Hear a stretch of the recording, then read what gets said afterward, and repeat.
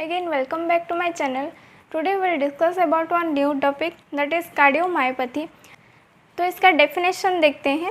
Definition में cardiomyopathy is A type of heart disease in which the heart muscle is abnormally enlarged, thickened and stiffened. As a result, the heart muscle ability to pump blood usually impaired. तो इसमें क्या होता है, heart का जो muscle layer होता है वो क्या होता है, एनलार्ज हो जाता है और थिकन हो जाता है, मोटा हो जाता है, और स्टिफेन मतलब रिजिड हो जाता है, जिसके वजह से क्या होता है, हार्ट जो हमारे बॉडी को नॉर्मली जो ब्लड सप्लाई करता था वो ठीक से नहीं कर पाएगा, क्योंकि उसका जो रिलैक्सेशन एंड डायलेशन वो ठीक से नहीं होगा। तो ये देखिए, ये एक नॉर्मल हार्ट है, ये जो है हार्ट का मसल लेयर है। तो इसमें क्या होता है, एक में एनलार्ज हो जाता है, ये जो लेफ्ट वेंट्रिकल है ये पूरा ऐसे बड़ा हो जाता है, एनलार्ज हो जाता है, ठीक है, एक कंडीशन में। दूसरा क्या है, थिकन हो जाता है, ये जो वेंट्रिकल है, ये जो लेयर है ये पूरा मोटा हो जाता है, जिसके वजह से वेंट्रिकल का साइज़ बहुत ही छोटा हो जाता है। दूसरा कंडीशन है। फिर ये क्या है, स्टिफेन मतलब रिजिड हो जाता है, ये जो मसल लेयर है हार्ट का ये पूरा टाइट हो जाता है, रिजिड हो जाता है, जिसके वजह से क्या होगा, ये जो हार्ट जो पंपिंग करता था वो ठीक से नहीं कर पाएगा, ठीक है। यह एक डेफिनेशन। दूसरा है, cardiomyopathy is a disease of heart muscle that make it harder to pump blood to the body properly. तो इसमें क्या होता है, हार्ट का मसल लेयर रिजिड हो जाता है और बॉडी को प्रॉपरली ब्लड सप्लाई नहीं कर पाता है, ठीक है। ये क्या, दो डेफिनेशन। तो फिर देखते हैं इटियोलॉजी के बारे में। इटियोलॉजी में पहले है इडियोपैथिक, मतलब अननोन है इसका कॉज, ठीक है। फिर है इन्फेक्टियस डिजीज, तो क्या है, कोई इन्फेक्टियस डिजीज़ के वजह से ये कार्डियोमायोपैथी हो सकता है। फिर आता है जेनेटिक कंडीशन, अगर ये डिजीज़ हेरिडिटरी होगा तो ये नेक्स्ट जनरेशन को भी हो सकता है। फिर आता है long term high BP, high blood pressure, अगर बहुत दिन से ब्लड प्रेशर रहा होगा तो कार्डियोमायोपैथी हो सकता है। फिर सीवीडी यानी कार्डियोवास्कुलर डिजीज़, जिसके वजह से क्या होता है, कार्डियोमायोपैथी हो सकता है, ठीक है। तो ये हो गया डेफिनेशन एंड इटियोलॉजी के बारे में। फिर देखते हैं risk factors and sign and symptom के बारे में। और रिस्क फैक्टर में टू टाइप्स से, एक है मॉडिफाइबल और एक है नॉन मॉडिफाइबल, ठीक है। तो मॉडिफाइबल में फर्स्ट आता है टोबैको यूज़, ठीक है। उसके बाद है high blood cholesterol, lack of exercise, obesity, stress. तो ये सब वजह से हम क्या हो सकता है, कार्डियोमायोपैथी हो सकता है, जिसे हम चेंज कर सकते हैं, जैसे कि टोबैको यूज़ ना करें, देन एक्सरसाइज करें, ठीक है, ये सब। फिर आता है नॉन मॉडिफाइबल।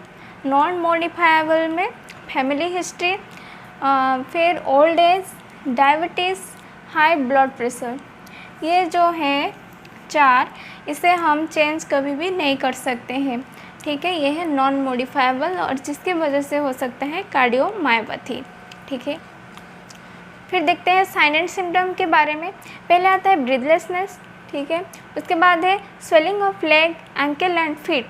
तो ये जो कार्डियोमायोपैथी है इसमें क्या होता है, मोस्टली हमारा जो लेफ्ट वेंट्रिकल है वो अफेक्टेड रहता है, ठीक है। वो जो लेफ्ट वेंट्रिकल है, यहाँ पर जो मसल्स लेयर्स हैं ये थिक हो जाते हैं, रिजिड हो जाता है और एनलार्ज भी हो जाते हैं, ठीक है। ये 3 कंडीशंस होते हैं। तो ये जो एनलार्ज होता है इसके कारण क्या होता है, हमारे बॉडी को ब्लड सप्लाई ठीक से नहीं हो पाता है और क्या होता है, यहाँ पर से ब्लड बैक फ्लो करता है, ठीक है। बैक फ्लो करता है कहाँ पर, दोनों लंग्स में बैक फ्लो करता है, ठीक है। इसके कारण क्या होगा, टिश्यू में फ्लूइड का जमना शुरू हो जाता है, इसके वजह से क्या होता है, swelling of leg, ankles and feet होता है, ठीक है। फिर आता है कॉफ व्हाइल लाइंग डाउन। तो वही सेम वजह है कि वो जो ब्लड जो बैक फ्लो करता है, लंग्स में फ्लूइड का एक्यूमुलेशन होना शुरू होता है, जिसके वजह से जब हम लाइंग डाउन सोते हैं तब कॉफ प्रोडक्शन होता है, ठीक है।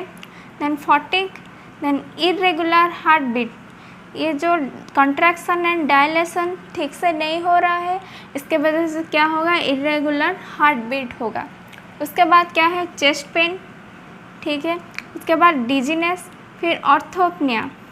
ऑर्थोपनिया क्या है, मतलब ठीक से सांस नहीं ले पाएंगे, कब, जब सोएंगे तब सांस ठीक से नहीं ले पाएंगे। क्यों, फ्लूइड का एक्यूमुलेशन है, कफ भी प्रोडक्शन हो रहा है, उसके वजह से ये ऑर्थोपनिया हो रहा है। फिर नाउजिया, वोमिटिंग, एनोरेक्सिया, फिर जुगुलर वेन डिस्टेंशन, फिर वीक पेरिफेरल पल्स। तो ब्लड तो हमारे बॉडी में सप्लाई ठीक से नहीं हो पा रहा है, तो क्या होगा, हमारा पेरिफेरल पल्स भी वीक होगा। तो ये हो गया sign and symptoms and risk factor के बारे में। फिर देखते हैं इसका क्लासिफिकेशन के बारे में। पहला है डायलेटेड, ठीक है, फिर hypertrophic, then restrictive, then arrhythmogenic right ventricular dysplasia, ठीक है। ये 4 टाइप्स के होते हैं। तो पहले आता है डायलेटेड टाइप। डायलेटेड टाइप ये जो है एक कॉमन टाइप का होता है। इसमें क्या होता है, लेफ्ट वेंट्रिकल एनलार्ज हो जाता है। यहाँ पर देखो, ये जो लेफ्ट वेंट्रिकल है, ठीक है, ये पूरा एनलार्ज हो गया है और ये जो मसल लेयर है पूरा थिन हो गया है, ठीक है। इसका एनलार्ज होने के वजह से क्या होता है, ये जो वाल्व है ये ठीक से क्लोज नहीं हो पाता है। यहाँ से जो लंग्स से ब्लड आता है डायरेक्ट यहाँ पर ही अटक जाता है, ठीक से कंट्रैक्शन भी नहीं हो पाता है, जिसके वजह से हमारे बॉडी को भी सप्लाई नहीं हो पाता है और यहाँ पर आधा ही ब्लड जमा होकर रह जाता है, ठीक है। ये हो गया डायलेटेड टाइप, ठीक है। उसके बाद है हाइपरट्रोफिक। हाइपरट्रोफिक में क्या होता है, thickening of heart muscle particularly left ventricle. तो इसमें क्या होता है, हार्ट का मसल लेयर्स जो है, ये देखो, ये लेफ्ट वेंट्रिकल है, ठीक है। यहाँ पर जो मसल्स हैं ये पूरा थिक हो गया है, ठीक है, यहाँ पर थिक हो गया है, जिसके वजह से यहाँ पर ब्लड ठीक से नहीं आ पाता है, कम ब्लड आता है और कॉन्ट्रैक्शन भी कैसे होगा, और अगर भी होगा तो कितना ब्लड जाएगा हमारे बॉडी के पास, बहुत ही कम जाएगा। तो ये है हमारा हाइपरट्रोफिक टाइप, जिसमें क्या होता है, हार्ट का मसल लेयर थिक हो जाता है, ठीक है। उसके बाद है रेस्ट्रिक्टिव।